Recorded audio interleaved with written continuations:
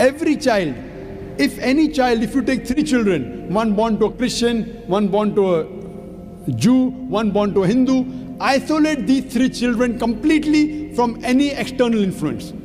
And when they grow up and you try and find out what is their way of life, it will be nothing but Islam.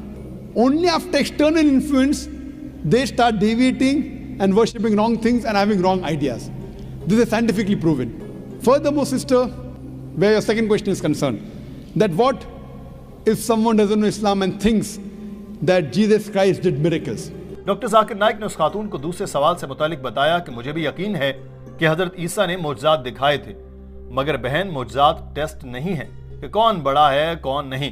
Bible میں لکھا ہے کہ Jesus نے کہا کہ بہت سے جھوٹے کرائسٹ اور جھوٹے پیغمبر آئیں گے جو معجزات دکھائیں گے اور دھوکہ دیں گے۔ تو جیزس نے تو خود کہا کہ معجزات یہ دیکھنے کے لیے نہیں کہ کوئی خدا ہے، بلکہ جس بھی پیغمبر نے جو بھی معجزات دکھائے ہیں وہ در حقیقت اللہ تعالیٰ کی اجازت سے ہی دکھائے ہیں۔ اللہ تعالیٰ نہ چاہتا تو کوئی معجزہ نہ ہوتا۔ حضرت موسیٰ نے سمندر میں اپنا عصا پھینکا تھا اور اس کے 2 ٹکڑے ہو گئے تھے، یہ بھی اللہ تعالیٰ نے ہی کیا۔ ایسا ہی حضرت محمد صلی اللہ علیہ وسلم سے متعلق ہے، آپ صلی اللہ علیہ وسلم نے چاند کے 2 ٹکڑے کر کے دکھائے، وہ اللہ تعالیٰ کی اجازت سے ہی تھے۔ میں آپ کو بتا دوں کہ کوئی مسلمان اس وقت تک مسلمان ہو ہی نہیں سکتا جب تک وہ حضرت عیسیٰ کو پیغمبر نہ مانے۔ ہم یقین رکھتے ہیں کہ وہ اللہ کے برگزیدہ پیغمبر تھے، وہ مسیحا تھے، وہ بغیر والد کے پیدا ہوئے، انہوں نے مردوں میں جان ڈالی، بیماروں کو شفا دی مگر اللہ کے حکم سے۔ مسلمان اور عیسائی یہاں تک تو ایک ہی پیج پر ہیں، مگر فرق یہ ہے کہ حضرت عیسیٰ کو مسلمان خدا نہیں مانتے، کیونکہ ایسا بائبل میں بھی نہیں لکھا۔ پوری بائبل میں جیسس نے خود نہیں کہا کہ میں خدا ہوں اور میری عبادت کرو۔ مجھے کوئی ایسی آیت دکھا دیں تو میں عیسائی بن جاؤں گا۔ اس بات پر پورا ہال تالیوں سے گونج اٹھا۔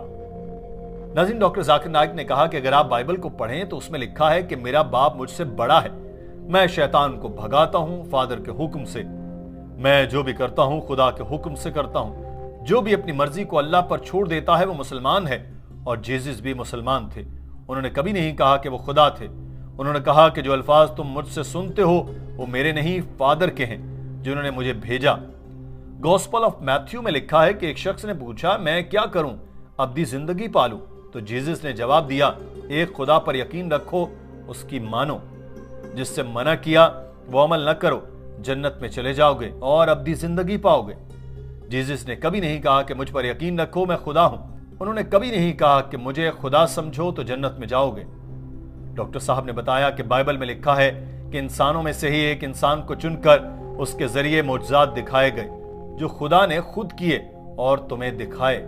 تو جو بھی معجزات جتنے بھی پیغمبروں نے دکھائے وہ سارے کے سارے اللہ کے حکم سے اور اس کی نشانیاں ظاہر کرنے کے لیے ہی تو تھے۔ اور گوسپل آف جان میں یہ بھی لکھا ہے کہ میرے پاس تم سے کہنے کو ابھی بہت سی باتیں ہیں لیکن اب تم ان کو برداشت نہیں کر سکتے، لیکن جب وہ روح حق آئے گا وہ آپ کی تمام سچائی کی طرف رہنمائی کرے گا، کیونکہ وہ اپنے بارے میں بات نہیں کرے گا لیکن جو کچھ وہ سنے گا وہی کہے گا اور تمہیں آنے والی چیزیں بتائے گا۔ تو یہ پیش گوئی صرف اور صرف حضرت محمد صلی اللہ علیہ وسلم کے بارے میں تھی اور کسی کے بارے میں نہیں۔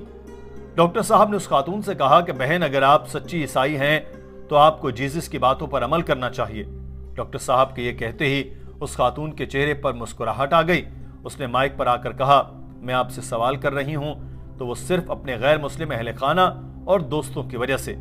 میں صرف آپ سے کہنے آئی تھی کہ سبحان اللہ اور لا الہ الا اللہ۔ ناظرین، پورا ہال تالیوں سے گونج اٹھا۔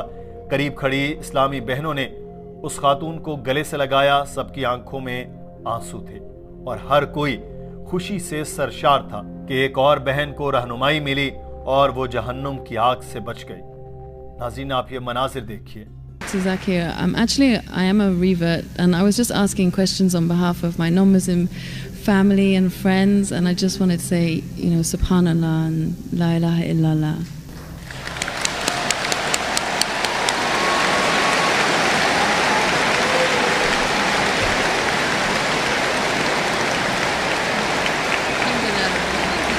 That's why I said you have to say what you have to say.